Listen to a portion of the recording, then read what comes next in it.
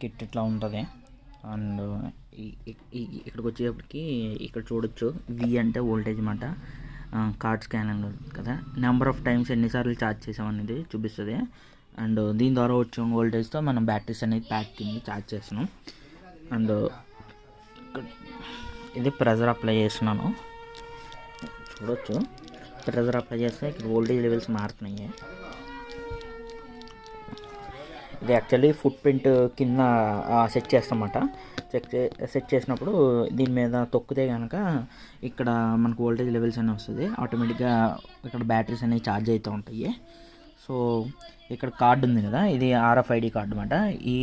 ఈ కార్డ్ని ఇక్కడ పెడితే కనుక అంటే మనం ఇక్కడ ప్రజెంట్ అయితే టైమర్ 10 సెకండ్స్కే సెట్ చేసాము.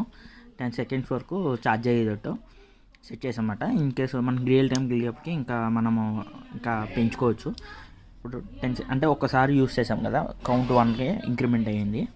సో సెకండ్ టైం ట్యాప్ చేశాను, సెకండ్ కౌంట్ సేమ్ అదే. అప్పుడు వోల్టేజ్ కూడా పెట్టుకోవచ్చు అన్నమాట.